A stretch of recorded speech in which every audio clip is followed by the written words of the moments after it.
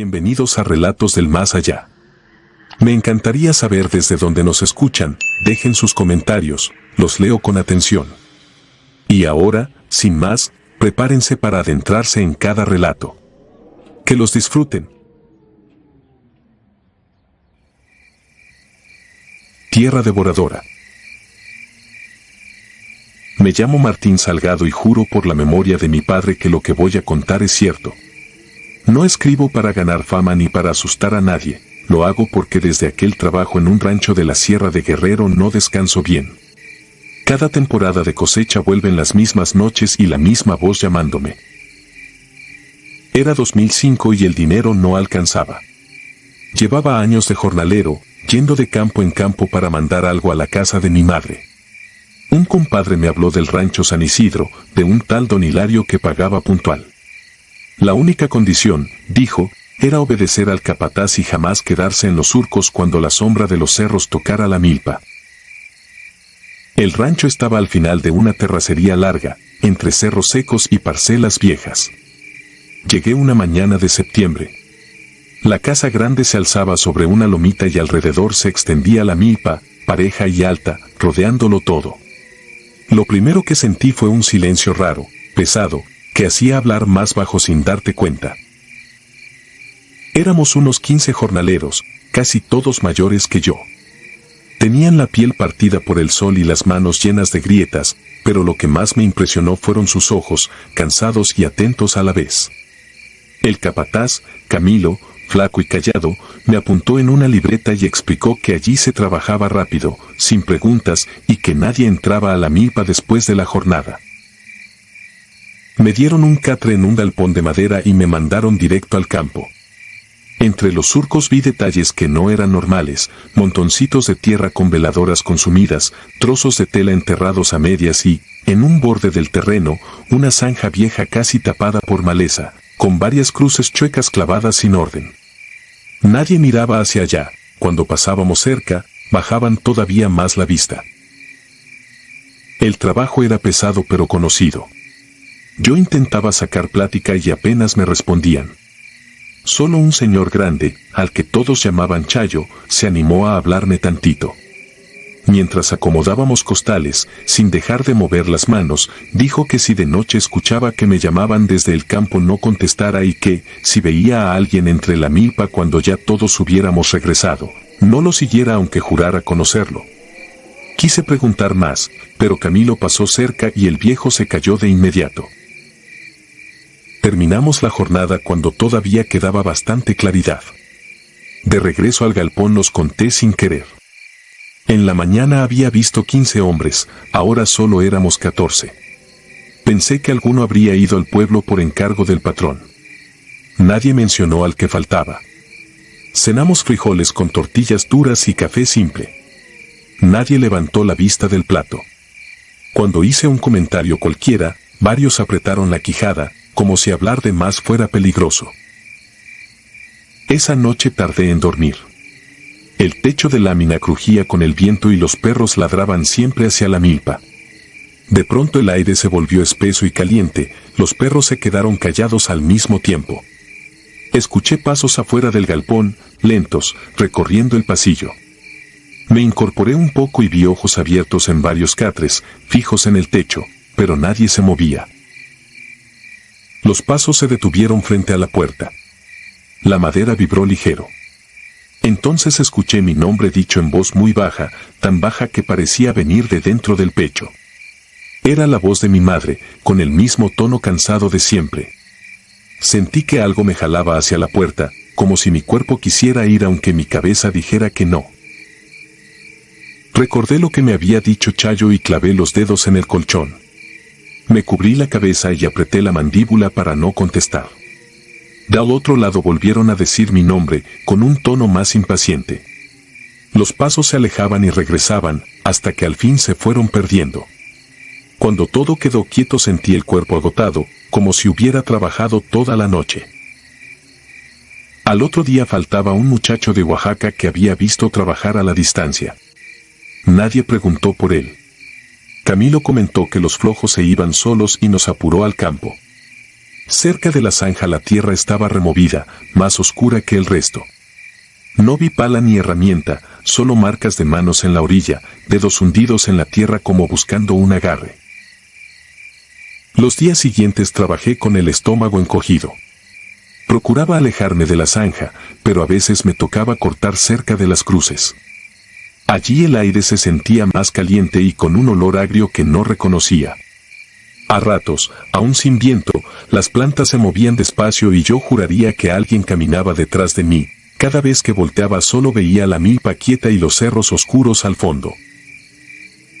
Una tarde, después del almuerzo, me decidí a hablar claro con Chayo. Le dije que pensaba irme en cuanto juntara para el pasaje. Me miró con una tristeza rara y contó que, cuando la sequía casi vació los corrales, don Hilario trajo a un curandero. Desde entonces el rancho nunca perdió la cosecha, pero al final de cada temporada faltaban hombres. La tierra cobra, murmuró, y se fue sin mirarme a los ojos. Esa noche guardé mis cosas en el morral y me acosté vestido, decidido a irme antes del amanecer sin avisar. El viento casi no se escuchaba y los perros, que siempre ladraban, se movían inquietos pero en silencio. Sentí otra vez ese peso en el aire, como si todo el rancho hubiera contenido la respiración y esperara algo. El piso del galpón vibró como si algo pesado se arrastrara debajo. Sentí el catre levantarse apenas y un frío en los pies, igual que una mano mojada trepando desde la tierra. Empecé a ver en la mente gente hundiéndose en la zanja y manos agarrando tobillos. Grité. Todo se detuvo al instante. Mis compañeros se incorporaron asustados y Camilo entró con una lámpara, buscando mi cara lleno de rabia. Al amanecer me corrió sin más. Dijo que allí no querían gente nerviosa y que recogiera mis cosas en ese momento. No discutí. Mientras cruzaba el patio vi que junto a la zanja habían aparecido 2 cruces nuevas hechas con ramas frescas. La tierra a sus pies estaba recién apisonada. Sentí que las rodillas se me aflojaban. Caminé sin volver la vista hasta que los surcos quedaron atrás y el rancho se perdió entre los cerros. Ahora vivo lejos de los surcos y acepto cualquier trabajo que no sea en milpas. Aún así, cada vez que paso junto a un terreno sembrado y el viento mueve las plantas, siento el mismo frío en la espalda que aquella noche en San Isidro. Cuando el sueño por fin me rinde, a veces escucho mi nombre en voz baja, como si allá, bajo la tierra de ese rancho, algo siguiera esperando que regrese.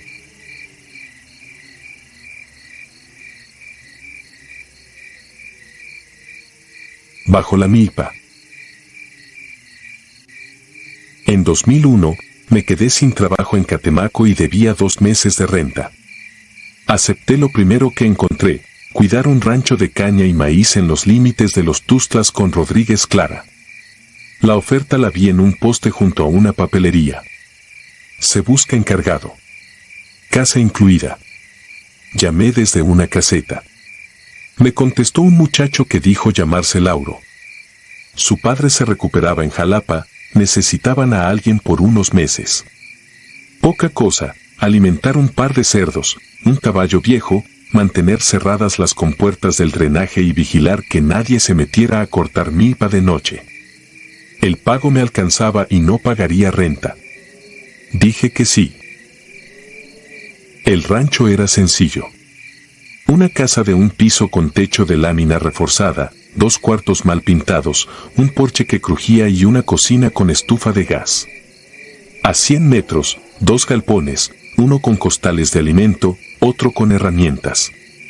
Detrás, el corral de los cerdos y una zanja con una llave de paso que lanzaba el agua sucia a un drenaje de tubos enterrados. Más allá, la milpa, pareja como un ejército. En la esquina del potrero había una ceiba enorme, vieja, con raíces que levantaban la tierra.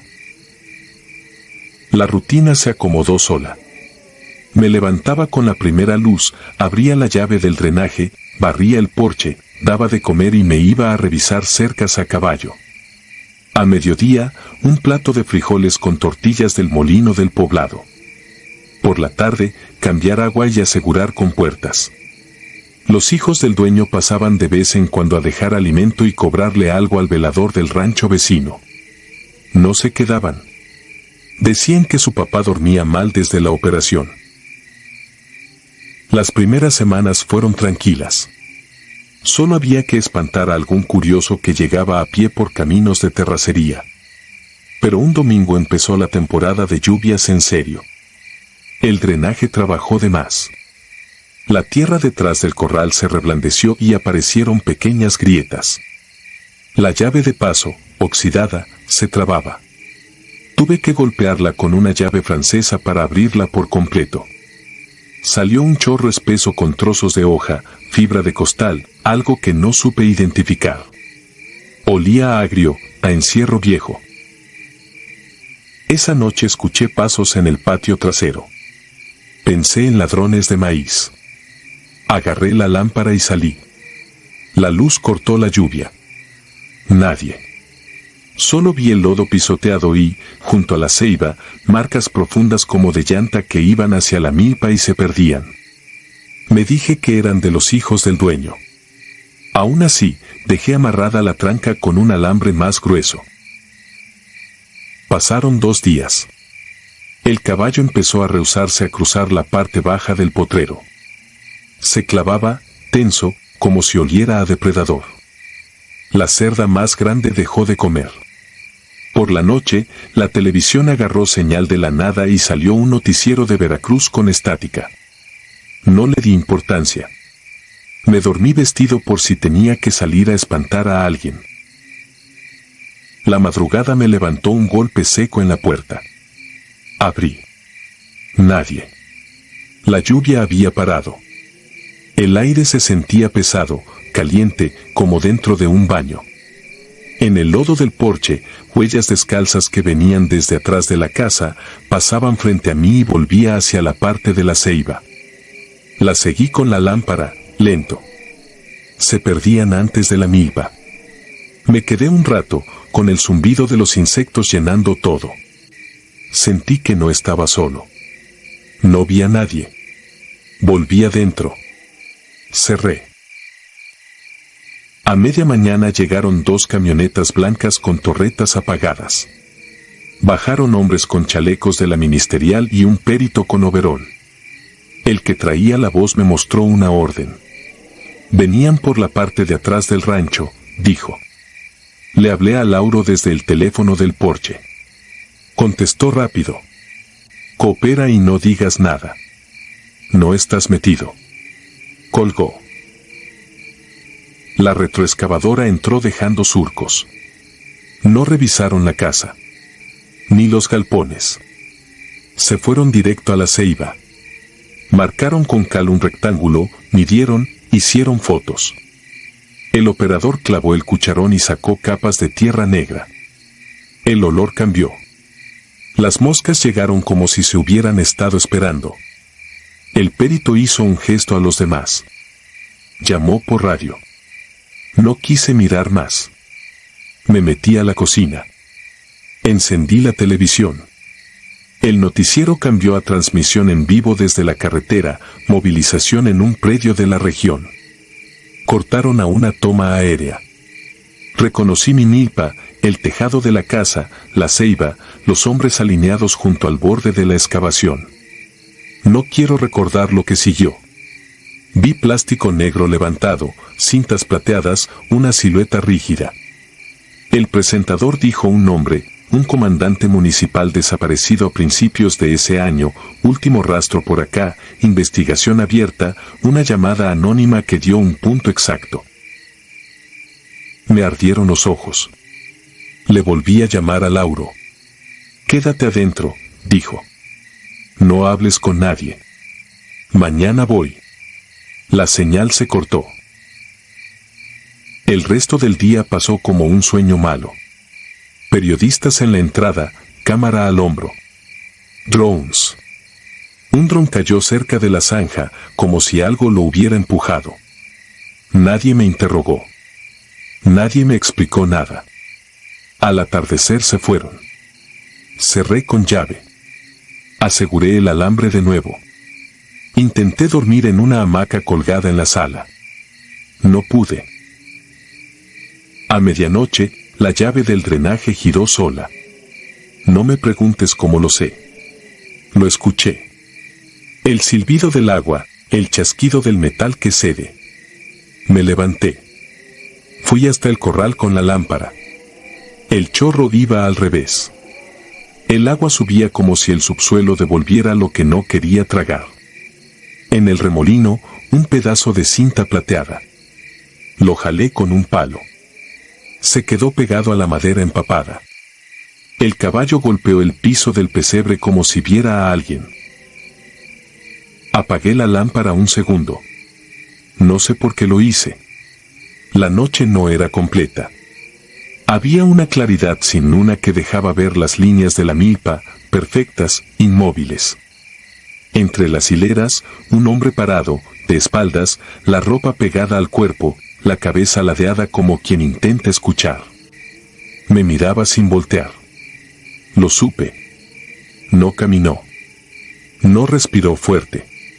Solo estaba. Encendí la lámpara. No había nadie. Volví a la casa a tropezones. Antes del amanecer, un olor dulzón se metió por todo. Abrí ventanas. Me puse las botas.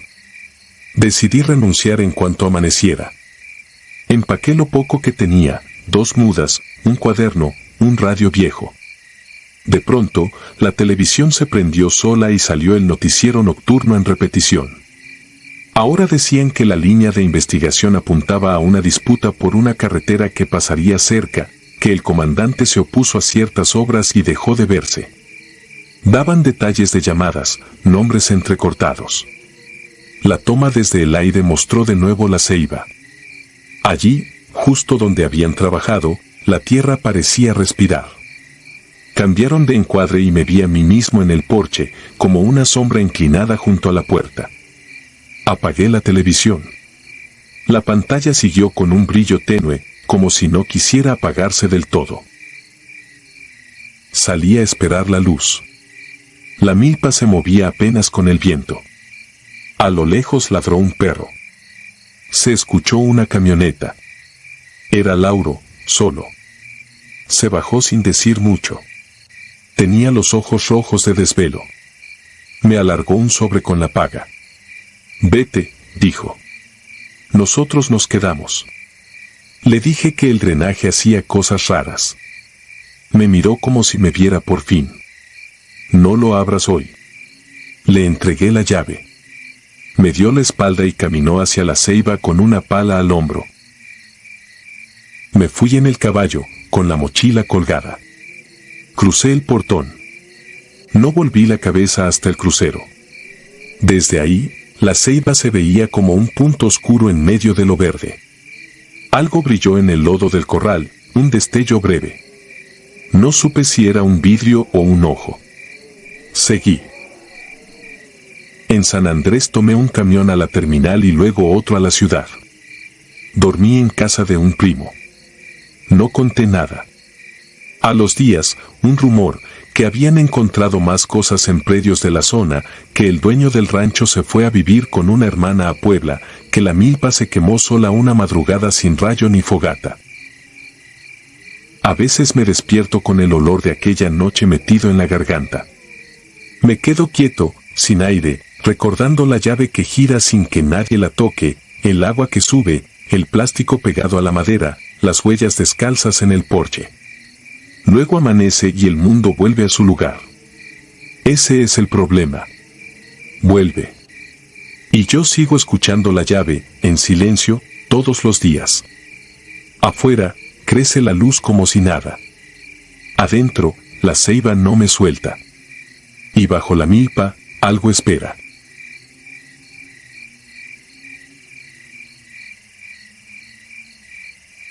Las luces en el campo. Era el año 1985 cuando todo cambió para mí. Tenía 16 años, y ese verano, como todos los años, mis primos y yo habíamos sido enviados al rancho de mis abuelos en Zacatecas para ayudar con las tareas del campo. En ese entonces, la vida rural nos parecía monótona, pero siempre había algo emocionante en pasar las vacaciones rodeados de naturaleza, lejos del bullicio de la ciudad.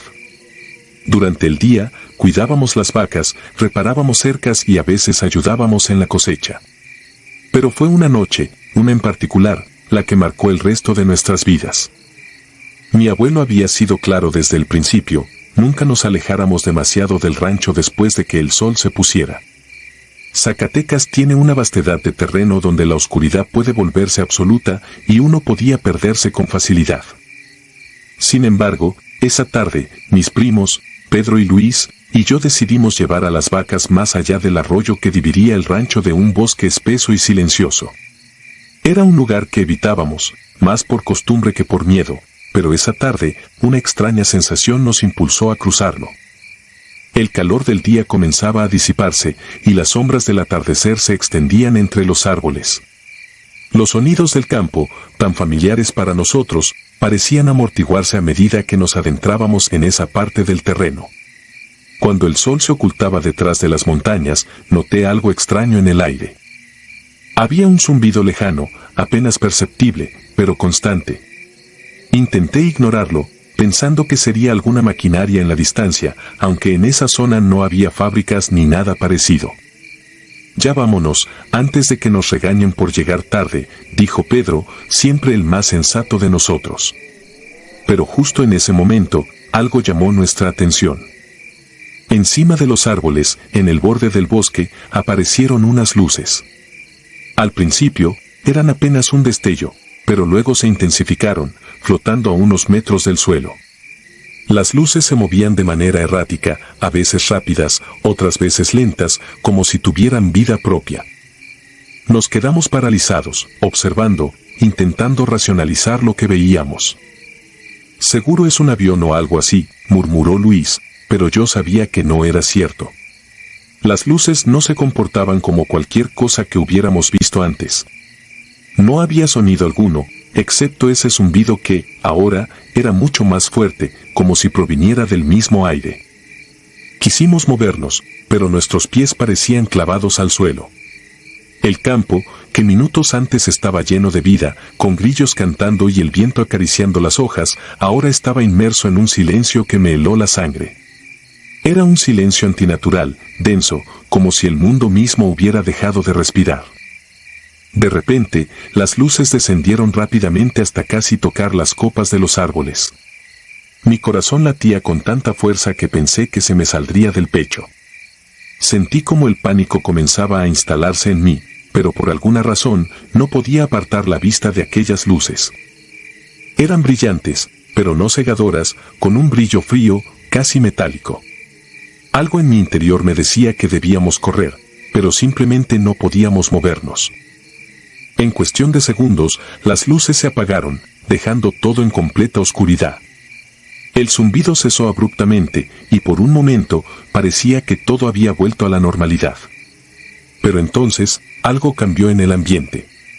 Era como si el aire hubiera adquirido un peso extraño, como si una presencia invisible nos rodeara. Luis fue el primero en hablar. «¿Qué demonios fue eso?», susurró, pero su voz parecía perdida en la inmensidad del silencio. Fue entonces cuando lo escuchamos. Desde el bosque se oyeron pasos. No eran los pasos habituales de un animal, estos eran pesados, pausados, y se acercaban. Miré a mis primos y vi el mismo terror reflejado en sus ojos. No éramos unos niños fácilmente impresionables, pero lo que sentíamos en ese momento no tenía explicación. Los pasos se detuvieron justo en el límite del bosque. Podíamos sentir una presencia, algo que nos observaba desde la oscuridad. Luego, en un movimiento tan rápido que apenas lo percibimos, una figura se deslizó fuera de los árboles. No era completamente visible, como si estuviera envuelta en una sombra densa, pero podíamos distinguir su contorno. Era alto, inhumanamente alto, y se movía de una manera que no parecía natural. Fue entonces cuando Pedro gritó, y eso rompió el hechizo. Sin pensarlo, todos comenzamos a correr. El campo, que había sido tan familiar, ahora se sentía infinito. Corríamos lo más rápido que podíamos, pero el zumbido había regresado, esta vez tan fuerte que parecía vibrar dentro de nuestras cabezas. Sentía que mis piernas no respondían, que algo nos perseguía, algo que no podíamos ver, pero que estaba allí, justo detrás de nosotros. Cuando finalmente alcanzamos el rancho, nos detuvimos, jadeando, y miramos hacia atrás. El campo estaba vacío.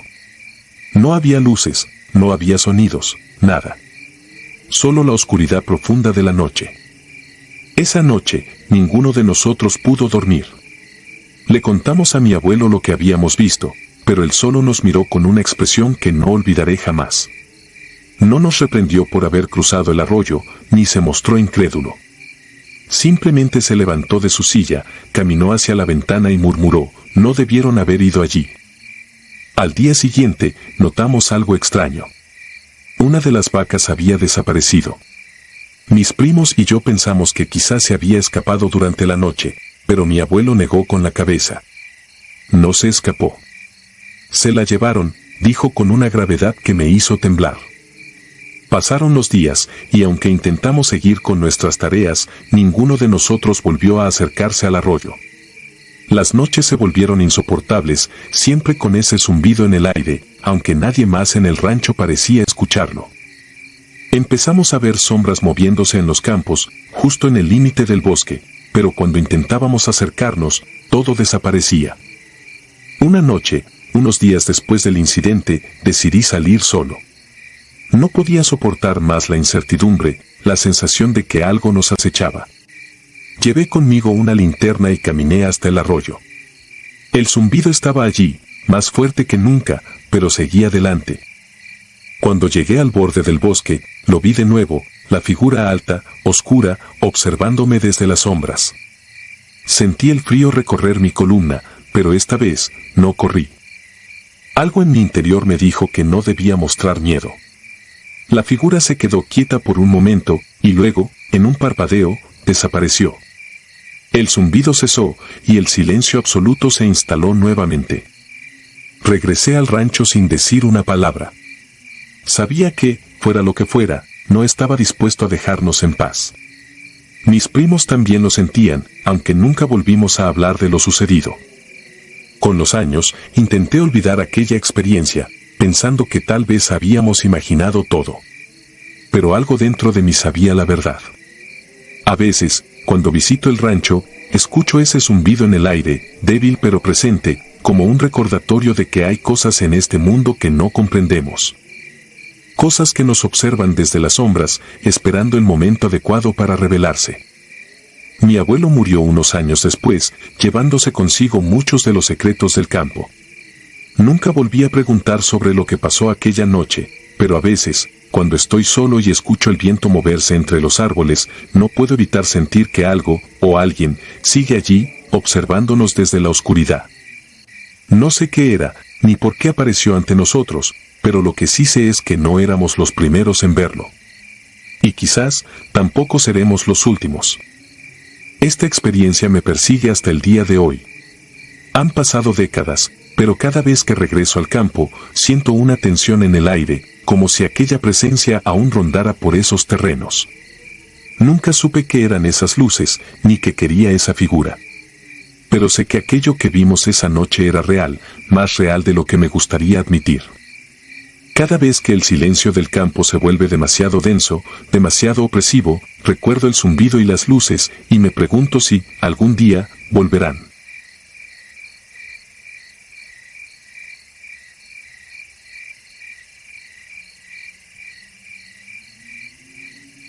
El hombre que no envejece. Mi nombre es Ricardo, soy de Durango, un pequeño pueblo enclavado entre las montañas, donde el aire parece pesar un poco más cada año y las historias susurradas en las esquinas crecen más oscuras con el tiempo. Aquí, en este lugar olvidado por muchos, se esconden secretos que pocos se atreven a contar. Mi abuela siempre me decía que hay cosas que es mejor no ver ni entender, pero yo, como muchos jóvenes, no le prestaba atención. Siempre creí que esas historias de fantasmas y seres oscuros eran solo parte del folclore local, algo para asustar a los niños o para llenar las noches largas cuando no hay más que hacer que esperar que la oscuridad pase. Sin embargo, había una historia que siempre me dejaba intranquilo, una que se repetía de boca en boca pero que nadie parecía querer profundizar. Era sobre un hombre que, según mi abuela, había estado en el pueblo desde que ella era niña. Lo más extraño de todo era que no envejecía. Siempre tenía la misma apariencia, un hombre de mediana edad, con la piel pálida, el cabello negro y los ojos oscuros, como pozos sin fondo. Yo lo había visto, por supuesto. Todos lo habíamos visto. Era imposible no notarlo en un lugar tan pequeño. Él no hablaba con nadie, no se mezclaba con los vecinos, y aunque su presencia era constante, siempre se mantenía a una distancia prudente, como si estuviera ahí, pero al mismo tiempo, en otra parte. A veces lo veía sentado en la plaza, bajo la sombra de los árboles, observando, pero nunca haciéndolo de manera directa. Sus ojos, siempre fijos en algo que no alcanzaba a comprender, como si estuviera viendo algo que el resto de nosotros no podía. Lo más inquietante era su presencia en los funerales. Cada vez que alguien moría, él aparecía. Nadie sabía cómo se enteraba de las muertes. Podía ser un accidente en los campos, una enfermedad repentina o incluso una muerte esperada por la vejez. No importaba. Él siempre estaba ahí, de pie, a la distancia, observando el entierro sin decir una palabra. Nadie se atrevía a acercarse o a preguntarle por qué lo hacía. Parecía que todos habíamos aceptado que era parte del pueblo, como los fantasmas o las viejas leyendas. Pero su presencia no traía consuelo, sino una sensación de vacío, como si su sola existencia absorbiera la poca calidez que quedaba en esos momentos de dolor. Hace un año, la muerte llegó a mi familia.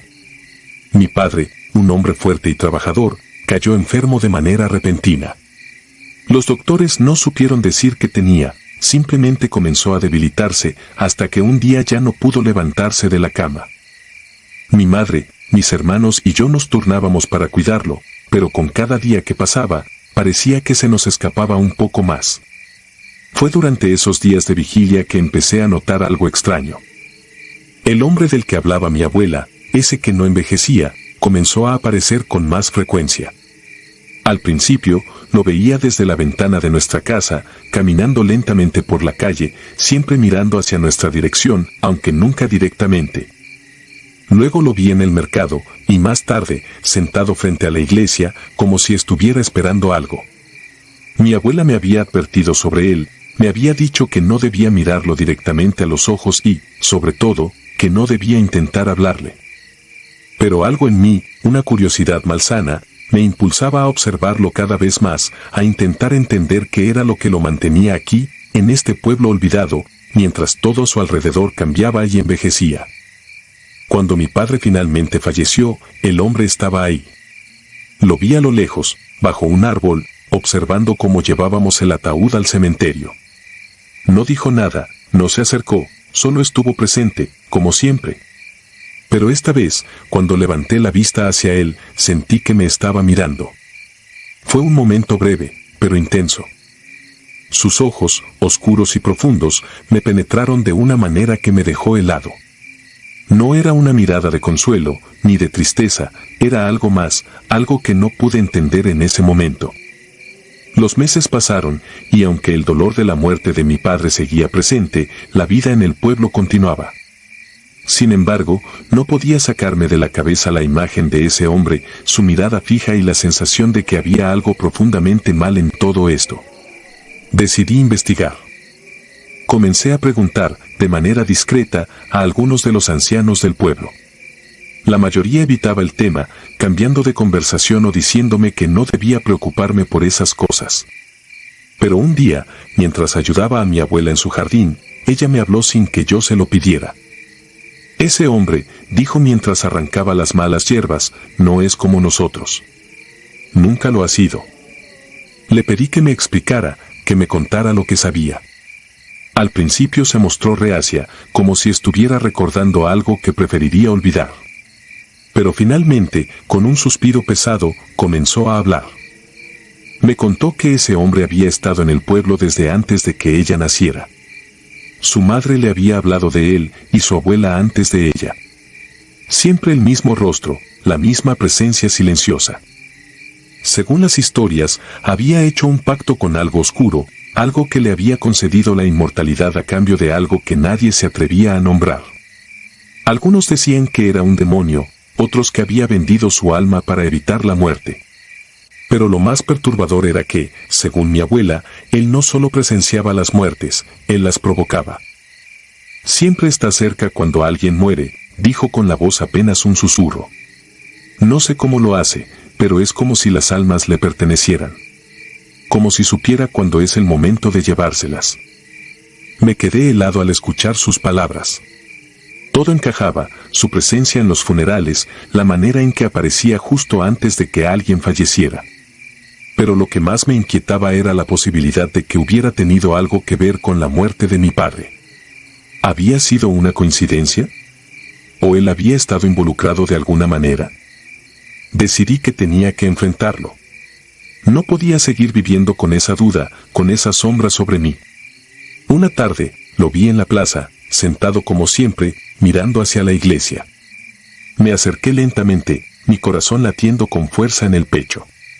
No tenía un plan claro, solo sabía que necesitaba respuestas. Cuando estuve a unos metros de él, se giró y me miró. No dijo nada, solo me observó con esos ojos vacíos, carentes de cualquier emoción. Sentí un escalofrío recorrer mi espalda, pero no me detuve. ¿Qué eres?, le pregunté con la voz temblorosa. ¿Qué tienes que ver con las muertes en este pueblo? El hombre siguió mirándome por un largo momento. No esperaba que respondiera, pero lo hizo. Su voz era suave, pero cada palabra parecía pesar una tonelada. Yo no provoco la muerte, dijo. Solo la acompaño. Me quedé en silencio, sin saber qué responder. ¿Qué significaba eso? ¿Era alguna especie de ángel de la muerte? ¿O algo peor? Todos en este pueblo mueren cuando es su momento, continuó. Yo solo estoy aquí para asegurarme de que todo siga su curso. Su respuesta no me dio ningún consuelo. Al contrario, me llenó de una sensación de impotencia. No era un hombre, no era un ser humano como nosotros. Era algo más, algo que no podía comprender del todo. Y lo peor de todo es que no había nada que pudiera hacer para detenerlo. Días después de esa confrontación, una mujer anciana del pueblo, de nombre Doña Elena, se acercó a mí. Me dijo que había escuchado lo que yo andaba preguntando, y que tenía algo que contarme. Nos sentamos en su casa, un lugar oscuro y lleno de imágenes religiosas, como si intentara protegerse de algo que siempre estaba cerca. Ese hombre, comenzó, no es un demonio ni un ángel. Hace mucho tiempo, cuando este pueblo era apenas un caserío, él llegó buscando refugio. Dicen que venía huyendo de algo, pero nadie sabe qué. Aquí encontró lo que buscaba, pero no era paz. Encontró algo oscuro, algo que le prometió poder, inmortalidad, a cambio de algo muy valioso. Me miró fijamente antes de continuar. No entregó su alma, como muchos creen. Entregó su muerte. No entendí al principio, pero luego sus palabras cobraron sentido. Al entregar su muerte, se había condenado a sí mismo a vagar eternamente, sin la posibilidad de morir, pero tampoco de vivir plenamente. No podía interferir en el curso natural de la vida, pero siempre estaría ahí, observando, esperando, siendo testigo de algo que nunca podría experimentar por sí mismo. Desde entonces, lo veo de otra manera. Ya no es un hombre para mí, sino una sombra, una presencia que no pertenece a este mundo ni al otro. Y aunque sé que no puedo hacer nada para cambiar lo que es, sigo sintiendo esa inquietud cada vez que lo veo, esa sensación de que, de alguna manera, él está conectado con todo lo que sucede aquí. Y entonces, inevitablemente, me pregunto, ¿cuándo será mi turno de ser observado por esos ojos vacíos? ¿Cuándo será el momento en que él esté ahí, presente en mi funeral, asegurándose de que mi muerte siga su curso natural? Porque de algo estoy seguro, él siempre estará aquí, en este pueblo, hasta que todos hayamos pasado a la tierra. Y quizás, incluso después de eso.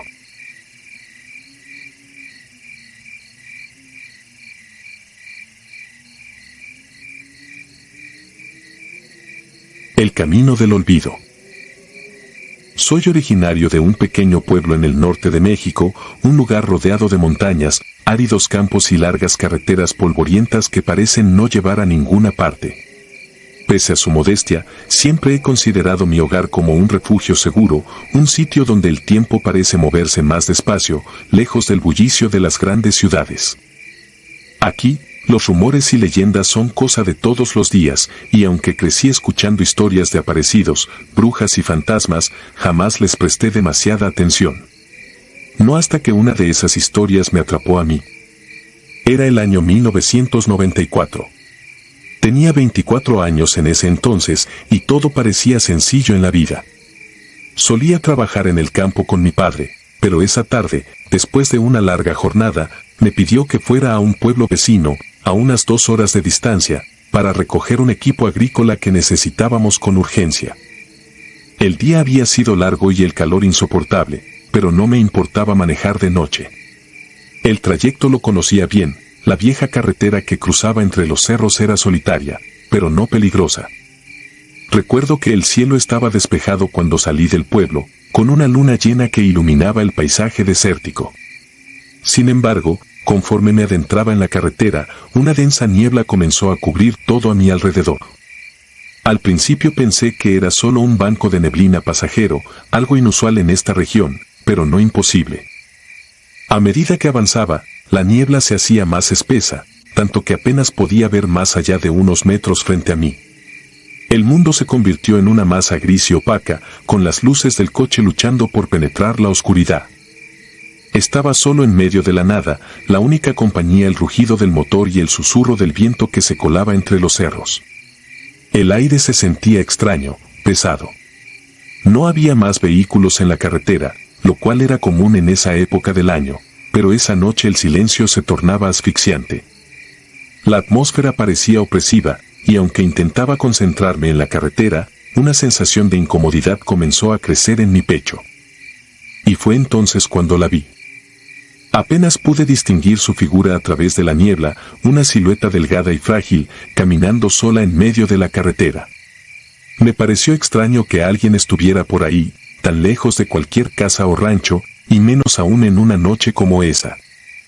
La figura se volvía más clara a medida que me acercaba, y finalmente logré distinguirla. Era una mujer, vestida completamente de blanco, con una larga cabellera que le caía sobre los hombros.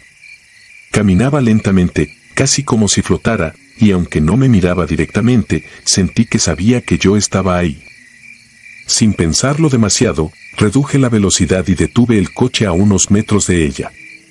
Mi corazón latía con fuerza, no tanto por miedo, sino por la inquietud de su presencia en un lugar tan solitario. Toqué el claxon suavemente, intentando no asustarla, pero no reaccionó. Parecía completamente ajena a mi presencia. Fue entonces cuando bajé la ventanilla y grité: «Señorita, ¿necesita ayuda?». El viento apenas arrastraba mis palabras. La mujer se detuvo por un momento, pero no se giró.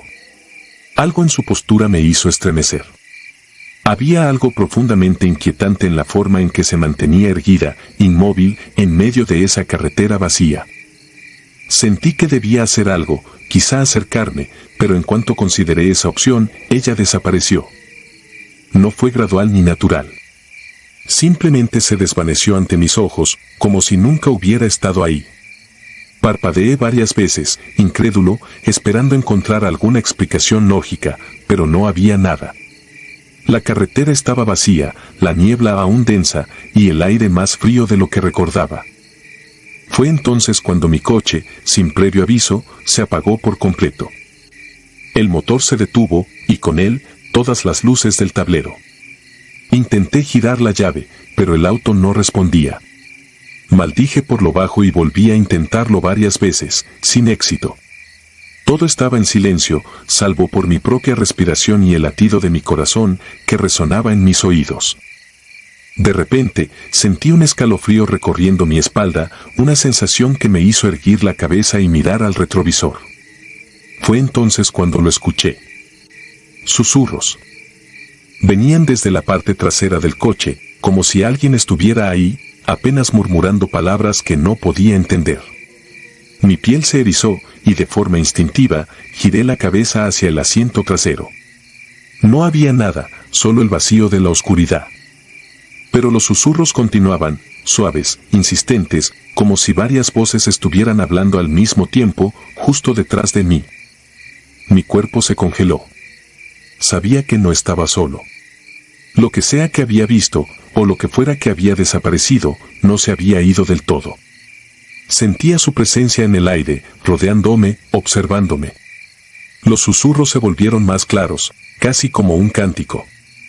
Un sonido repetitivo, hipnótico, que me hacía querer cerrar los ojos y rendirme a la desesperación. Fue entonces cuando recordé algo que mi abuela solía decir: cuando te enfrentes a lo desconocido, nunca le des la espalda. Con un esfuerzo titánico, luché contra el miedo que paralizaba mi cuerpo y me obligué a salir del coche. Necesitaba alejarme de ese lugar. No sabía cómo, ni a dónde, pero lo único que importaba era alejarme de ahí. El aire afuera era aún más gélido, como si hubiera entrado en otro mundo. La niebla, lejos de disiparse, parecía envolverse más cerca de mí, como si intentara absorberme. Sentí que cada paso que daba era más difícil que el anterior, como si algo invisible estuviera tratando de retenerme. Los susurros no desaparecían, seguían allí, rodeándome, pero ahora también sentía otra cosa, la sensación de que alguien me observaba desde la oscuridad. Apenas había avanzado unos metros cuando lo vi de nuevo. La figura de la mujer, al borde de la carretera, inmóvil, mirándome.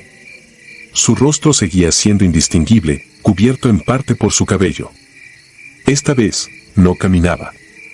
Solo estaba ahí, observándome desde la distancia, como si esperara algo de mí. No podía moverme. No podía hablar. Mi cuerpo se sentía como plomo, incapaz de obedecer mis deseos de huir. Los susurros se volvieron más agudos, y una sensación de profunda tristeza me invadió. Mi mente corría en 1000 direcciones. ¿Era un espíritu? ¿Una ilusión? ¿Qué quería de mí? El miedo que sentía era abrumador, pero había algo más profundo en la forma en que esa figura se mantenía ahí, inmóvil. Era como si estuviera atrapada, igual que yo, en ese limbo extraño entre la realidad y lo que sea que fuera ese lugar. Finalmente, con el corazón a punto de estallar en mi pecho, logré moverme. Di un paso atrás, y luego otro. Poco a poco, sin darle la espalda, me alejé de esa visión espectral. Fue entonces cuando escuché una voz, no un susurro, sino clara y resonante. No provenía de la mujer, sino de dentro de mi propia cabeza, y decía solo una palabra: corre. No lo pensé 2 veces. Giré sobre mis talones y corrí con todas mis fuerzas hacia la nada. El suelo bajo mis pies parecía desvanecerse, como si estuviera corriendo en el aire, y los susurros detrás de mí se transformaron en gritos. Sentía que algo me perseguía, pero no me atreví a mirar atrás. No sé cuánto tiempo corrí, pero eventualmente la niebla comenzó a disiparse. Mis pulmones ardían y mi cuerpo temblaba. Finalmente, vi las luces de una casa a lo lejos, y con las últimas fuerzas que me quedaban, me dirigí hacia allí. Tocando la puerta desesperadamente, un hombre mayor me abrió. Entre jadeos y temblores, le expliqué lo que había sucedido. Esa noche, me quedé en su casa. Al día siguiente, cuando regresé al coche con un mecánico del pueblo, lo encontramos en perfecto estado. El motor arrancó sin problemas, como si nunca hubiera fallado. Regresé a mi pueblo con la sensación de que había sobrevivido a algo mucho más grande de lo que podía entender. Nadie me creyó, por supuesto. Mi familia se burló de mí, y los pocos amigos a quienes les conté la historia lo tomaron como una broma o un mal sueño. Pero yo sé lo que vi. Y sé que, en algún lugar de esa carretera, sigue esperando. A veces, cuando el viento sopla fuerte en las noches más oscuras, aún puedo escuchar esos susurros. Y sé que, algún día, volverá por mí.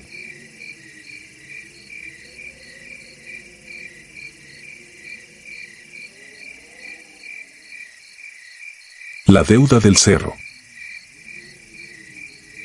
Nací y crecí en un ejido perdido entre Janos y Puerto Palomas, Chihuahua.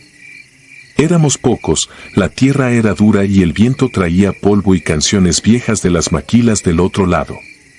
Hace casi 30 años, en octubre de 1997, Todavía nos alumbrábamos con lámparas de petróleo cuando tronaba el transformador y la noche nos caía encima como una manta húmeda. Ahí aprendí que hay silencios que pesan y que algunos pueblos se mueren de cosas que no salen en los periódicos. Mi prima Lourdes estaba a días de parir. Su esposo andaba en la pizca y dormía en los cuartos de la huerta, y la partera del ejido se había ido a atender una urgencia al rancho vecino. Decían que ese año venía cargado, muchas cosechas tardías, muchas velas en los altares. El 31 nos preparábamos para el camino de regreso de los difuntos y todos pusimos flores mustias en latas de chiles, pan que se endurecía rápido y café recalentado. Esa noche el transformador volvió a tronar. Yo estaba desgranando maíz con mi madre cuando oímos, muy lejos, el crujido de lámina en lámina, como botas arrastrándose por los techos. No era la primera vez que se escuchaba, pero nadie quería salir. En la oscuridad, cualquier paso suena a amenaza. Luego, desde la casa de Lourdes, llegó un quejido de nena recién nacida, entrecortado, como si alguien estuviera moviendo una cinta y las voces se regresaran de golpe a mitad de palabra. Se me apretó el estómago. Mi madre me dijo que corriera a ver. El portón estaba entreabierto. Empujé. Dentro olía a ruda y a sangre reseca. En la cama, Lourdes temblaba con una cobija pegada al pecho. Tenía la mirada perdida, los labios secos. Me pidió aire con la mano, sin palabras, como si hablar pudiera quebrarla. Me acerqué con cuidado y vi las manchas oscuras en el tejido, como si algo se hubiera pegado y arrancado a la vez. No había rastro de la bebé. Quise cargarla para llevarla a nuestra casa, pero se aferró a la cobija como si todavía abrigara a alguien.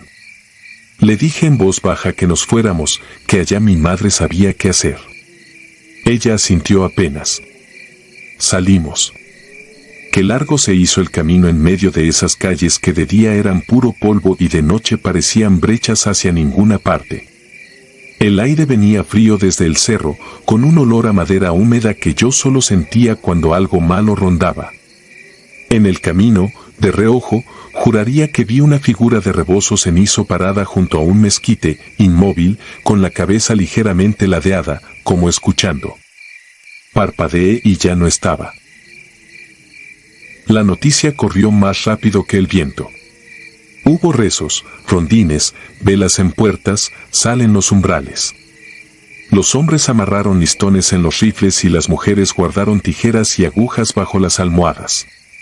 Dijeron que era la hilandera, una vieja que no pisaba el suelo y venía del cañón cuando el transformador se moría. En otros años, contaban, se llevaba la leche, el sueño, la voz. Ahora, al parecer, se llevaba algo más. Los días siguientes fueron una telaraña de miedo. Yo salía con mis ovejas a los linderos para que no comieran los cactos del vecino, pero no me alejaba mucho. Me repetía que lo de la hilandera eran cuentos para atajar la culpa de los hombres que no estaban, pero cuando el viento se metía en las jarillas, sonaba igual que una cinta viejita rebobinándose y algo se me rompía adentro. En la tercera noche sin luz, a Reina, una muchacha del ejido, con un bebé reciente, le temblaban tanto las manos que derramaba el agua bendita. Le dibujó un círculo de sal al niño alrededor de la cuna y se sentó a rezar con los dientes apretados. Yo la vi por la ventana, de regreso con el rebaño. Quise tocar la puerta y ofrecer quedarme en la banquita, pero me ganó la vergüenza. Di 2 pasos y se me fue el mundo. No recuerdo qué pasó después. A mí me faltan horas enteras. Ellos me completaron la historia como si fuera una camisa que otro cosió sobre mi cuerpo. Dicen que me vieron cruzar la calle con la mirada perdida, que Reina abrió sin miedo porque me conocía desde chico, que yo pedí agua con la voz de cualquiera, que me quedé con el niño en brazos en lo que caliento la leche. Eso dijo ella después, y que cuando volteó, ya no estaba ni yo ni el recién nacido. Dicen que corrí rumbo al cañón, sin tropezar, más rápido que los perros. Dicen que, al pie de los mezquites grandes, me estaba esperando la del rebozo, ladeada igual que aquella noche, que extendí al niño y que ella lo recibió como quien recoge una prenda encargada. Dicen que luego me eché al monte y desaparecí. Los buscaron. Hicieron una fila de hombres con lámparas, cruzaron el cauce seco, colgaron retazos de tela en los ramales para no perderse. No volvieron. Al amanecer, hallaron en la entrada del cañón un manojo de listones enredados en espinas y un par de lámparas con la mecha humedecida. Nada más. Me desperté 2 días después en un cuartito del dispensario. Tenía la boca amarga, la lengua con un sabor a metal. El cura, mi madre y 2 señores que casi no conocía me miraban como si hubieran desenrollado algo imposible. Me contaron lo anterior con frases cortas, sin darle oportunidad a mi cabeza de inventar defensas. Yo solo veía una escena suelta, un rebozo moviéndose como a contraluz y un brazo delgado que no era humano, aunque no sé por qué lo sé. Me amarraron las manos, no por maldad, sino porque decían que yo mismo me las mordía. Después vino la patrulla estatal, luego el traslado a un centro de menores en la ciudad. Me leyeron cargos que yo escuché como si estuviera debajo del agua. No hubo pruebas, pero sí historias suficientes para llenar una bodega. Fui el nombre que le pusieron a la rabia. Cumplí años allá adentro, aprendí a arreglar cerraduras y a distinguir el sonido particular de unos pasos que se arrastran sin tocar el piso. En el ejido siguió cayendo gente. A una señora se le apagaron las brasas en la madrugada y amaneció con la mecedora moviéndose sola. A un peón lo encontraron en la acequia con la mirada fija hacia el cañón. Las pocas familias que quedaban empacaron lo que pudieron y se fueron a las colonias de la frontera. Mis padres duraron más que nadie, hasta que mi madre enfermó. Sin agua y sin trabajo, mi padre cerró la casa con candado y se fue a vivir con un primo a Nuevo Casas Grandes. El ejido quedó en manos del viento, que sabe guardar secretos. Salí a los 18. Tenía otra voz y otra espalda. Fui a trabajar donde hubiera sombra y jornal. No regresé.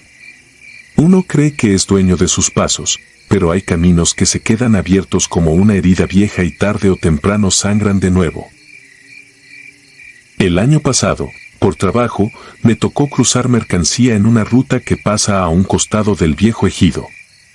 No queda casi nada, un par de bardas con cal descarapelada, una noria tapada con tablas, el poste del transformador inclinado como si hubiera querido irse también. La aduana improvisada está a unos kilómetros, ese tramo se llama ahora corredor logístico. Me hicieron esperar. Me bajé de la troca y caminé hasta donde antes estaba la casa de Lourdes. El piso de tierra estaba liso y, en medio, asomaba un brote flaco de gobernadora. Me quedé parado un buen rato. Cerré los ojos. No esperaba nada, pero el aire cambió, igual que entonces, con ese olor a madera húmeda que solo conozco y que me muerde desde adentro. Y entonces la escuché, no una voz, sino ese arrastre extraño, como si alguien revirtiera palabras grabadas hace mucho. No tengo otra manera de decirlo. Abrí los ojos y la vi de reojo, a la orilla del cerro, ladeada, esperando. No caminaba, simplemente estaba, como un mal acuerdo que nadie firma y todos cumplen. Pensé en Lourdes, en Reina, en los hombres de las lámparas que jamás volvieron, en mi padre cargando una caja de cartón con todo lo que le quedaba, en las velas que se consumieron sin que nadie las soplara. No grité. Ya no me seo. Me metí la mano a la bolsa y sentí algo que no sabía que traía conmigo, un retacito de cobija de bebé, de esas con patitos bordados, dura por los años. No recuerdo cuándo lo guardé. Quizás siempre estuvo ahí. No supe si dejarlo en el suelo o llevármelo de vuelta. Lo apreté hasta que me dolieron los dedos y me subí a la troca. El guardia hizo señas para avanzar. No miré por el espejo. Algunos lugares se quedan con lo que les das y siguen cobrándote intereses. Ese cerro y yo firmamos algo sin palabras una noche de octubre del 1997. Desde entonces, cada vez que el transformador truena en cualquier parte donde esté, yo sé que el pueblo que ya no existe me llama por mi nombre. Y sé que, a la distancia justa para que no pueda tocarla, una vieja ladea la cabeza y cuenta con sus dedos lo que falta para que la deuda se pague completa. Yo manejo. Y el viento, que no olvida, me alcanza siempre.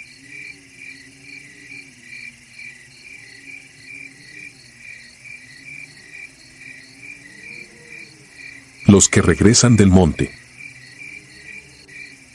Me llamo Aurelio Martínez, tengo 57 años y toda mi vida la he pasado en el mismo ejido, entre la sierra y el río, levantándome antes de que aclare para ver el riego del maíz, revisar el ganado y componer cercos. No me considero un hombre miedoso porque he visto de todo, desde tormentas que se llevan el techo de la casa hasta hombres tirados en las brechas con un tiro mal puesto. Uno se acostumbra a la idea de que la muerte llega cuando le toca y sigue trabajando, pero lo que empecé a vivir hace unos meses me partió en dos la vida porque desde entonces duermo ligero, con la escopeta recargada junto a la cama, la lámpara prendida y el oído atento a cada paso que se oye en el patio.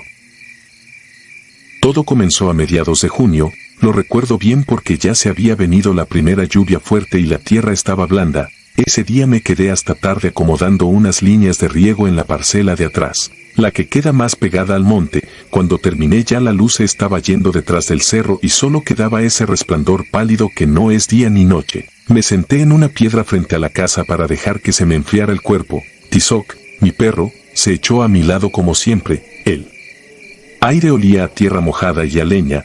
Todo parecía normal hasta que de pronto sentí esa incomodidad rara que te recorre la espalda como si alguien estuviera parado justo detrás de ti mirando fijamente sin decir nada. Pensé que era cansancio, pero el cuerpo reconoce cuando lo están viendo. Levanté la cabeza y miré hacia la orilla del corral, entre los nopales y los mezquites. Ahí vi una figura parada donde no debería haber nadie, alta, demasiado delgada, inmóvil. Al principio pensé que sería algún vecino atravesando el terreno o un muchacho de los que suben a cortar leña. Quise gritar un saludo pero la voz se me atoró. Tizoc no ladró, solo empezó a temblar y a gemir bajo, pegado a mi pierna como si quisiera meterse debajo de mí. Agarré la lámpara de mano, el machete y empecé a avanzar despacio. Cada paso que daba sentía que los pies me pesaban el doble, y sin embargo seguí, porque uno aquí aprende a no mostrar miedo.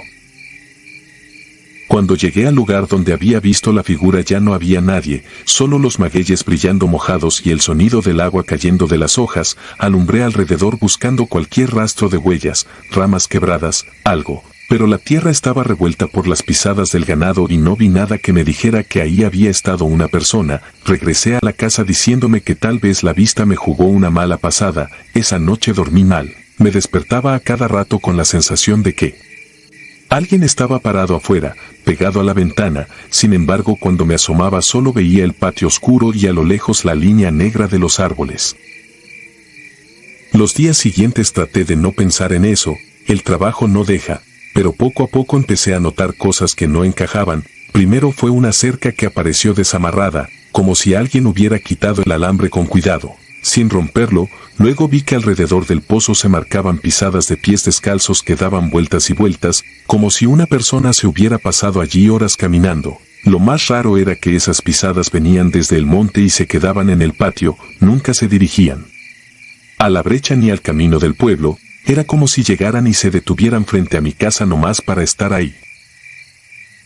Fui al pueblo a comprar sal, clavos y medicina para el ganado y en la tienda de don Melesio. Mientras me despachaba, le platiqué medio en broma lo de las pisadas y la figura en el monte. Esperaba que se riera y me dijera que ya me estaba volviendo viejo, pero lo vi quedarse serio. Me miró de reojo y me dijo que no era al único que le estaban pasando cosas raras. Mencionó al Nacho del otro lado del arroyo, que había encontrado pisadas iguales alrededor del gallinero, y a una familia de más arriba a la que le estaban desapareciendo animales sin que se oyera ni un solo quejido en la noche. Al final, casi sin querer, soltó que desde que abrieron la brecha nueva hacia la mina abandonada, allá por la barranca profunda, se habían vuelto a ver luces y sombras donde antes no se veía nada. Volví al rancho con la cabeza llena de ideas que no me gustaban y esa misma noche empezó lo peor. Eran como las 11 cuando todo se quedó demasiado silencioso, los grillos se callaron, el viento se apagó y hasta el río, que siempre canta allá abajo, parecía que no corría. Tizoc se levantó de golpe con el lomo erizado y empezó a gruñir hacia la puerta. Yo me senté en la cama con el corazón acelerado. Fue entonces cuando escuché el primer silbido, largo, uniforme, clavado en el aire, venía del lado del maizal, luego otro, un poco más cerca, y después un tercero pegado a la ventana. Era el mismo silbido, como si fuera una sola cosa repitiéndose de distintos lados. Agarré la escopeta, me acerqué a la cortina y apenas levanté un poco la tela, alcancé a ver la silueta de alguien parado a mitad del patio, erguido, inmóvil, con la cara dirigida hacia la casa. Detrás, pegadas a la barda, se adivinaban otras figuras igual de quietas.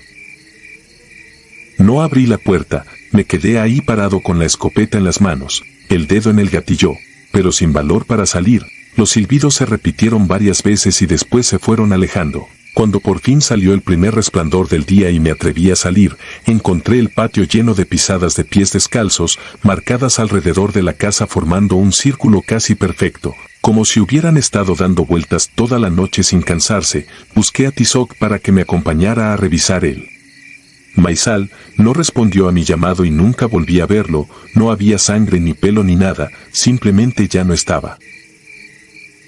Esa mañana me acordé de algo que llevaba años sin querer recordar. Cuando era morro, mi hermano Efraín y yo nos perdimos en el monte una tarde cazando con resortera. La neblina bajó de golpe y terminamos metidos en una cañada que nadie del pueblo usa. Ahí encontramos un claro donde no crecía nada, ni pasto ni arbustos, solo piedras colocadas en círculo y en medio un montón de velas derretidas y trapos negros. En cuanto salimos de ahí, el viejo Pancho, que en paz descanse, nos dijo que sí queríamos llegar a viejos jamás volviéramos a ese sitio ni habláramos de lo que vimos. Por muchos años le hice caso, pero ahora sabía que las pisadas venían justo de ese rumbo, de la misma cañada.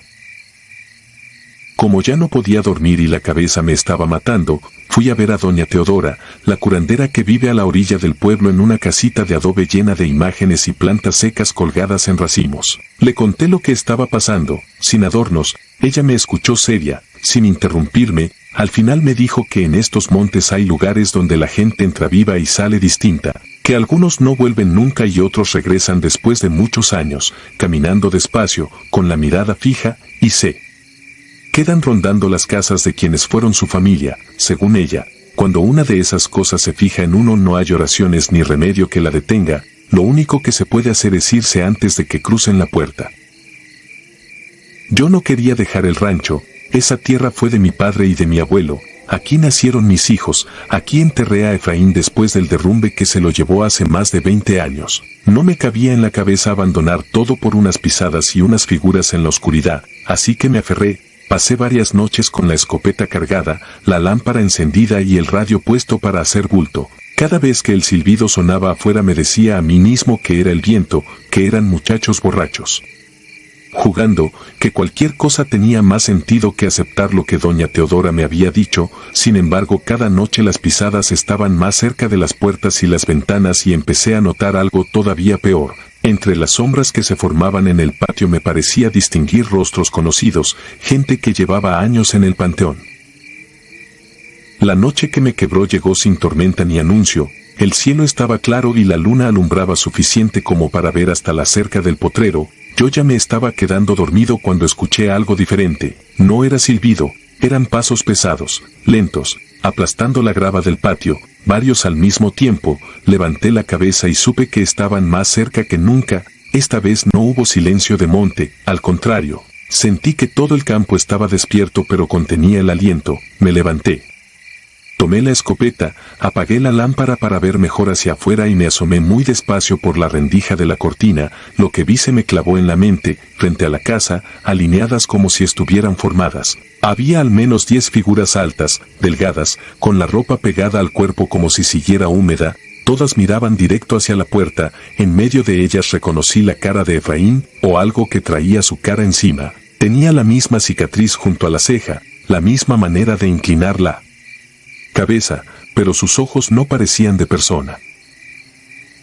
Quise gritar su nombre pero no pude, sentí un peso horrible en el pecho, como si alguien se hubiera sentado sobre mí. Las figuras no hablaban, no se movían, solo estaban ahí. Me dio la impresión de que esperaban a que yo diera el primer paso, que fuera yo quien abriera. En un momento todos levantaron el brazo derecho al mismo tiempo y lo dejaron caer despacio, como si marcaran un tiempo que solo ellos conocían. Me quedé pegado a la pared, sudando frío, con la escopeta aferrada sin atreverme a disparar. No sé cuánto duró, parecía eterno. De vez en cuando el viento traía un olor extraño, mezcla de tierra húmeda y algo viejo, rancio, que no supe reconocer pero que me hizo pensar en tumbas removidas. De pronto, igual que habían llegado, se fueron. Escuché los pasos alejándose hacia el monte. Poco después empezaron a cantar otra vez los grillos y un gallo cantó a lo lejos. Me quedé sentado en la silla, temblando, sin dormir, esperando a que amaneciera. Cuando por fin la luz empezó a colarse por las rendijas de la puerta salí con el corazón golpeándome las sienes. No vi a nadie, pero alrededor de la casa, bien marcado en la tierra húmeda, había un círculo de pisadas de pies descalzos, como si hubieran estado dando vueltas y vueltas alrededor mío toda la noche. Frente a la puerta, justo donde uno se para abrir, habían dejado algo clavado en el suelo. Era el machete viejo de mi padre, el mismo que habíamos enterrado con él en el panteón muchos años atrás, oxidado, pero con la misma empuñadura de madera quebrada que yo conocía de memoria. Ese fue el momento en que entendí que lo que estaba rondando mi casa ya no era simple espanto de monte, que habían cruzado una línea que yo no podía tolerar. Guardé lo que pude en un par de costales, unos documentos, algo de ropa, la foto de mis padres y de mis hijos, el dinero que tenía escondido en una lata. Todo lo demás lo dejé, los animales, las herramientas, los recuerdos. Ni siquiera tuve valor de pasar por el cementerio. Subí a la camioneta con la sensación de que alguien estaba sentado en la caja mirando hacia la casa y arranqué sin voltear atrás. Mientras bajaba por la brecha tuve la certeza de que en la orilla del camino, entre los árboles, iban caminando a la par de mí esas figuras, acompañando mi salida.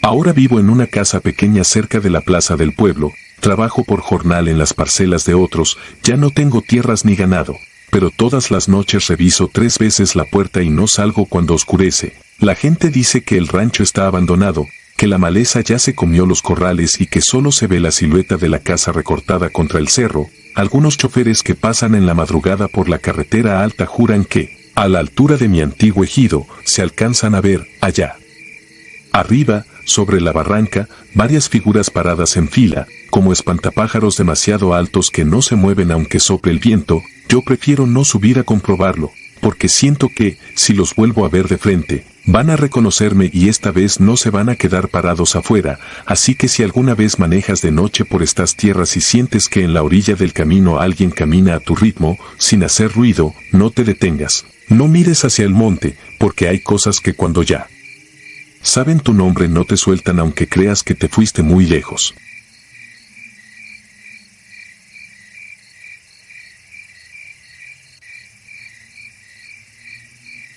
El que vigila el barranco. Me llamo Aurelio Santana, pero en el rancho todos me dicen Lelo, y he vivido siempre en estas tierras secas de Durango entre milpas, chivas y polvo pegado a la garganta. Aquí uno aprende a leer el cielo, a distinguir una pisada fresca de otra vieja y a caminar de noche con la lámpara en la mano sin hacerle caso a los ruidos que siempre trae el monte. Nuestro lugar casi ni sale en los mapas. El rancho La Tinaja son unas cuantas casas de adobe pegadas al camino de terracería y alrededor puro cerro pelón, mezquites torcidos y nopaleras. La gente se conoce desde generaciones y las historias también, y desde niño escuché hablar del Barranco del Encantó, un corte profundo más allá de los potreros viejos donde, según los ancianos, tiraban cuerpos en tiempos bravos y donde dicen que cuando el viento baja del norte se oyen lamentos que suben por las paredes de tierra, pero yo pasé muchas veces por ahí de día arreando ganado o buscando leña y nunca vi nada más que piedras, sombra fresca y silencio. Un invierno las cosas cambiaron primero con los animales. Por varias noches seguidas las vacas amanecieron fuera del corral sin que se quebraran las trancas, todas pegadas a la cerca del sur mirando hacia el mismo punto del cerro. Como si algo estuviera parado en la orilla del monte viéndolas, los perros ladraban desesperados hacia ese lado. pero cuando salíamos con la lámpara solo encontrábamos la negrura y el dibujo quieto de los árboles, hasta que una mañana hallamos una ternera tirada junto al bebedero, sin mordidas ni sangre ni huellas de pleito, solo tendida como costal vacío, fría al tocarla y con los ojos abiertos apuntando hacia el rumbo del barranco, y todos preferimos decir que había sido enfermedad, porque en los ranchos muchas cosas se tapan cambiándoles el nombre.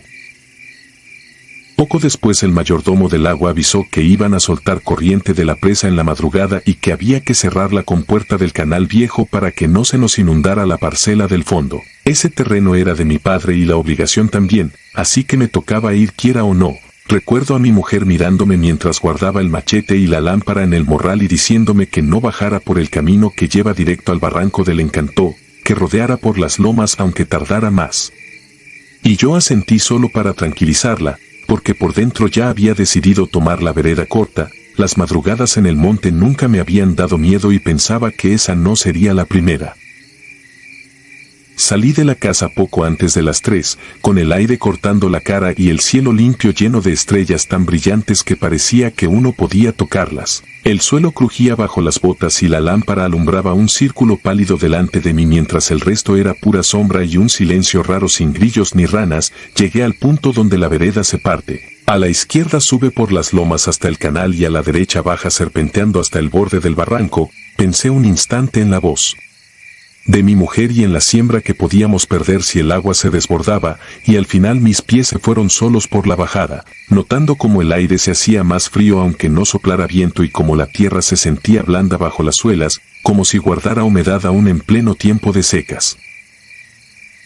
Iba atento, oyendo mi propio paso, cuando vi algo que no tenía por qué estar ahí. Al otro lado del corte, donde solo debía haber monte, una luz se movía entre los árboles, y no era de linterna porque el brillo era bajo, amarillento, como lumbre de ocote a punto de apagarse, que parecía respirar encendiéndose y apagándose despacio. Alrededor distinguí figuras paradas en círculo, todas quietas como postes clavados en la tierra. Me agaché pegando el cuerpo a un pirú viejo, apagué mi lámpara y dejé que los ojos se acostumbraran a la penumbra mientras contaba las siluetas, 1, 2, 3, hasta 8, y en medio del círculo vi algo tirado, alargado, del tamaño de una persona acostada.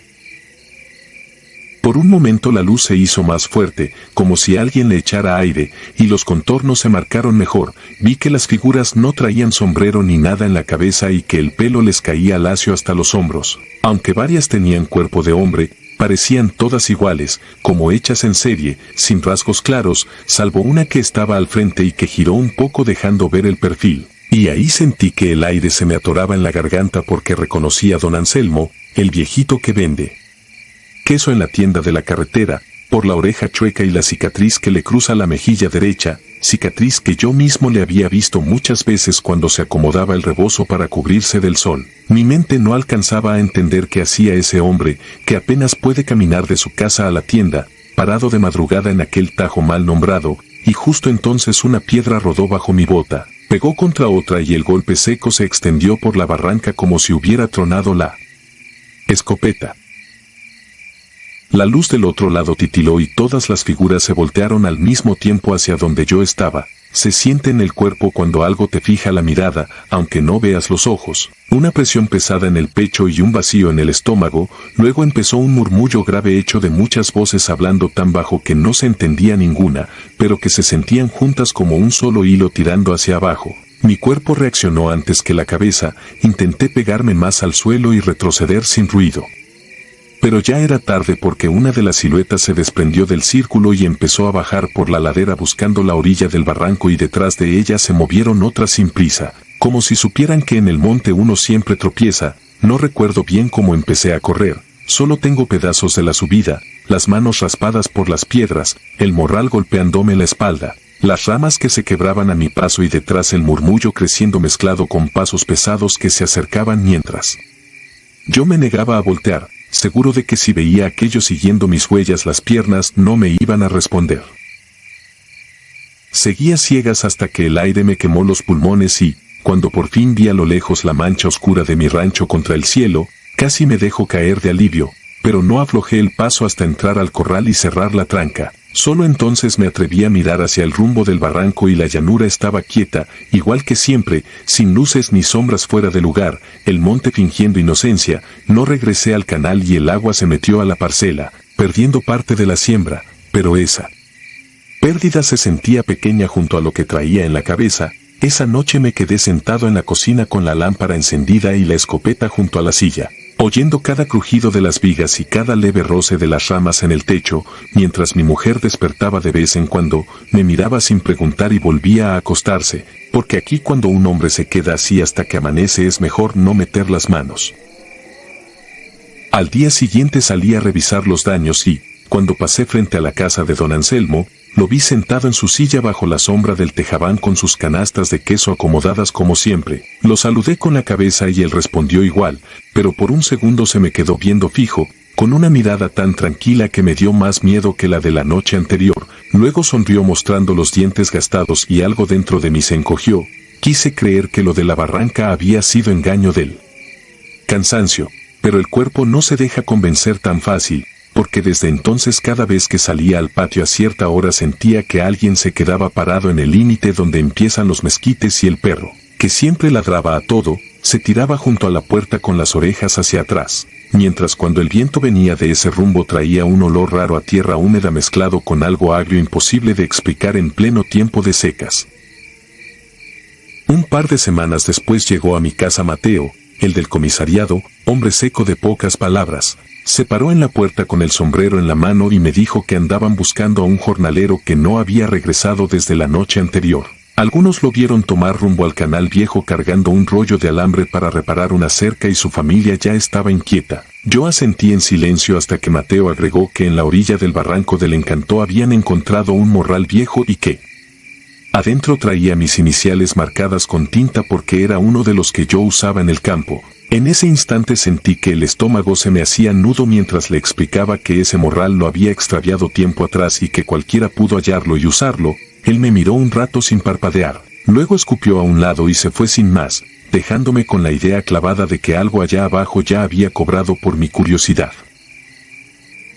Esa noche el miedo dejó de estar solo en el recuerdo y se metió al patio. Alrededor de la medianoche escuché pasos lentos sobre la tierra que no eran ligeros como los de un muchacho ni pesados como los de una vaca, sino cadenciosos, arrastrados. Mi perro no ladró, solo dejó escapar un quejido y se escondió detrás de la mesa. Yo tomé la lámpara y la escopeta y me acerqué a la ventana sin encender nada. Afuera la claridad de la luna dibujaba el guayabo plantado junto al aljibe y, junto a él, había alguien parado muy quieto con la cabeza agachada y los brazos colgando. Reconocí la figura de inmediato porque se veía igual que don Anselmo, aunque algo no encajaba, la espalda se miraba demasiado larga. La camisa no terminaba donde debía, como si el tronco se hubiera estirado, y las piernas eran finas, rectas, como varas clavadas en la tierra. Abrí la puerta despacio, con el aire helado pegando en la cara, a pesar del calor que había hecho durante el día, y el hombre junto al guayabo levantó la cara sin prisa. Mi mente se resiste a recordar cada detalle porque hay cosas que se borran solas para que uno no se quiebre del todo, pero juro que las facciones de aquello cambiaban como si no alcanzaran a decidir qué rostro usar y, por momentos, era el abuelo que me enseñó a sembrar, luego el jornalero desaparecido, después el mismo Mateo, y entre cambio y cambio siempre tenía la misma mirada vacía, como entrada abierta a un cuarto sin fondo. No dijo palabra ni dio un paso hacia mí, solo levantó un poco la mano y señaló con dos dedos extendidos en dirección al barranco del Encantó y, cuando parpadeé un segundo después, ya no estaba, quedándose solo el árbol, el patio silencioso y el perro temblando contra mis pies. Desde entonces entendí que lo que vi aquella madrugada en el barranco del Encantó no era solo gente haciendo cosas que no me importaban. Lo que fuera que habita ahí tomó nota de que yo lo miré y decidió acercarse de vez en cuando a recordármelo.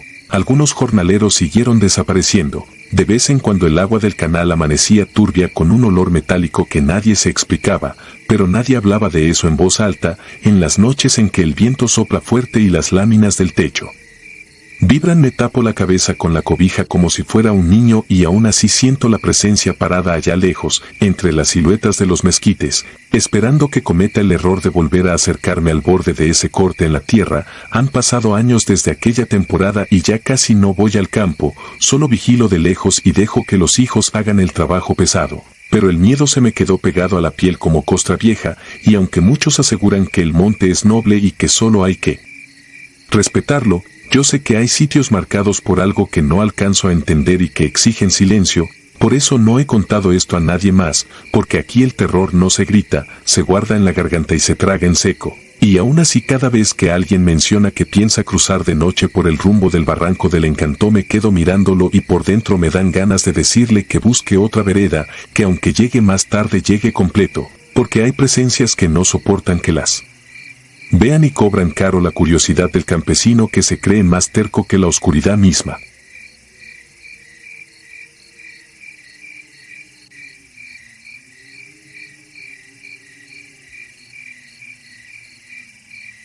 El hombre de la carreta. Era el año 1984, un año que recuerdo con una claridad escalofriante, como si hubiera sido ayer. Vivía en un pequeño pueblo de Guanajuato, un lugar que el tiempo parecía haber olvidado.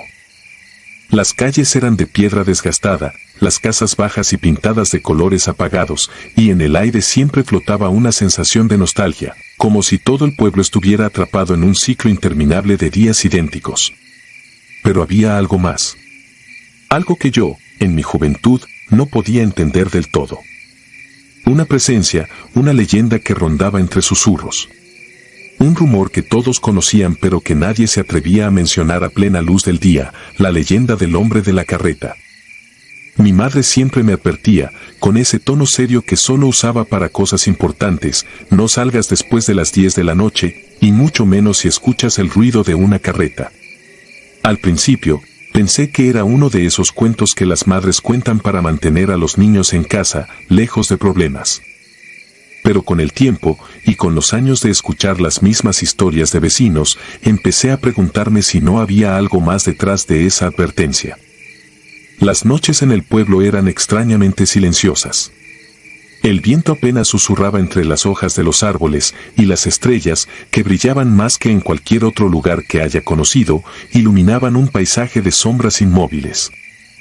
Pero siempre había esa sensación de que algo estaba mal, como si el aire estuviera cargado con un peso invisible. Una noche, la curiosidad fue más fuerte que el miedo. Tenía 17 años, y como cualquier adolescente, me sentía invencible, dispuesto a desafiar las advertencias de mi madre y el propio destino. Era octubre, recuerdo el frío que comenzaba a colarse por las rendijas de las ventanas. Había algo en esa noche que me inquietaba más de lo habitual, una sensación extraña que no lograba identificar. Mi madre ya se había ido a dormir, y la casa estaba envuelta en un silencio denso. Me quedé un rato más en la sala, mirando por la ventana hacia la calle vacía, hasta que de pronto lo escuché. Era un sonido tenue al principio, casi imperceptible. Un chirrido agudo que se repetía de forma rítmica. Mi corazón se aceleró. Me acerqué más a la ventana, buscando el origen del sonido. Entonces lo vi. Al principio no era más que una sombra moviéndose lentamente por el extremo de la calle, pero a medida que se acercaba, el sonido se volvía más claro.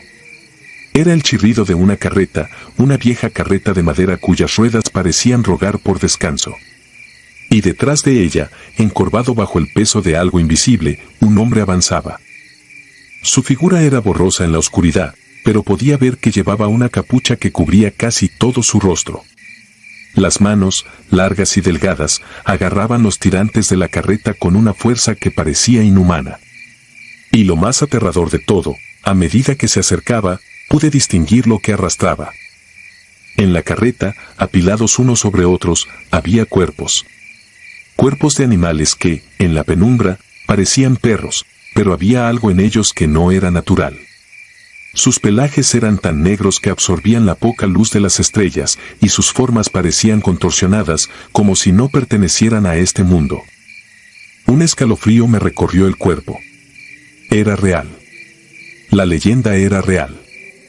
La lógica me decía que me quedara dentro, que cerrara las cortinas y me metiera en la cama, pero había algo en esa figura que me llamaba, una atracción macabra que no podía resistir.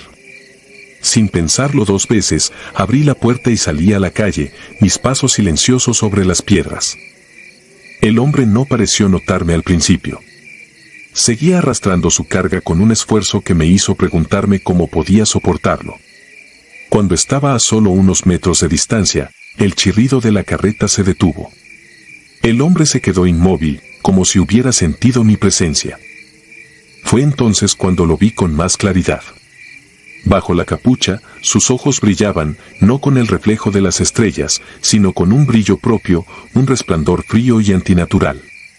Me miró directamente, y en ese momento sentí un miedo primitivo que me paralizó.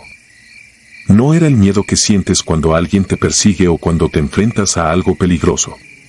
No, era un miedo mucho más profundo, un terror ancestral que parecía haber estado escondido en algún rincón olvidado de mi mente, esperando este preciso instante para surgir. El hombre no dijo nada, pero su mirada fue suficiente para hacerme retroceder. Sus ojos, vacíos y llenos de oscuridad al mismo tiempo, me atravesaron, como si pudiera ver cada uno de mis pensamientos, cada uno de mis miedos más íntimos. Entonces, algo cambió. El aire se volvió más pesado, casi sofocante, y el silencio, ese silencio característico de las noches en el pueblo, fue roto por un sonido sordo, como un susurro gutural que venía desde la carreta. Me forcé a mirar hacia ella. Los cuerpos que había tomado por animales muertos comenzaron a moverse. Era un movimiento sutil, casi imperceptible, pero no cabía duda, estaban vivos. Y no solo vivos, estaban conscientes. Vi cómo sus cuerpos se contorsionaban, sus extremidades se doblaban en ángulos imposibles, como si algo estuviera tratando de salir desde dentro de ellos. Mi instinto de supervivencia finalmente despertó y di un paso atrás. Pero era demasiado tarde. El hombre de la carreta soltó los tirantes y comenzó a avanzar hacia mí, arrastrando los pies en un movimiento antinatural, casi como si flotara sobre las piedras. Sus ojos seguían fijos en los míos, y aunque intenté moverme, mis piernas no respondían. Estaba atrapado, como si el mismo suelo me hubiera envuelto. Sentí su aliento frío, que apestaba a podredumbre, y supe que si me tocaba, algo terrible iba a suceder. No sé cómo, pero de algún lugar profundo dentro de mí, encontré la fuerza para moverme. Corrí. Corrí como nunca antes lo había hecho, con el corazón latiéndome en los oídos y el miedo impulsando cada uno de mis pasos. No me detuve hasta que llegué a casa, cerrando la puerta de golpe tras de mí. Me apoyé contra ella, respirando con dificultad, intentando calmar el temblor que me recorría el cuerpo. Afuera, el chirrido de la carreta volvió a sonar, cada vez más distante, hasta que desapareció por completo. Esa noche no dormí. Me quedé sentado en la sala, con la mirada fija en la ventana, esperando que el hombre de la carreta volviera. Pero no lo hizo. Con el tiempo, intenté convencerme de que todo había sido una alucinación, una pesadilla causada por mi propia curiosidad imprudente. Pero las marcas en el suelo, las profundas huellas que dejaban las ruedas de la carreta, seguían allí a la mañana siguiente, como una prueba silenciosa de lo que había visto. No le conté a nadie lo que pasó esa noche. Sabía que nadie me creería, y de todas formas, ¿quién querría escuchar algo así? La vida en el pueblo siguió su curso habitual, pero para mí, nada volvió a ser igual. El miedo a escuchar ese chirrido en la oscuridad nunca desapareció. A veces, en las noches más silenciosas, cuando el viento no sopla y todo está en calma, me parece escuchar ese sonido de nuevo. Y cada vez que lo hago, me recuerdo a mí mismo lo que aprendí esa noche. Algunas leyendas no son solo historias para asustar a los niños. Son advertencias.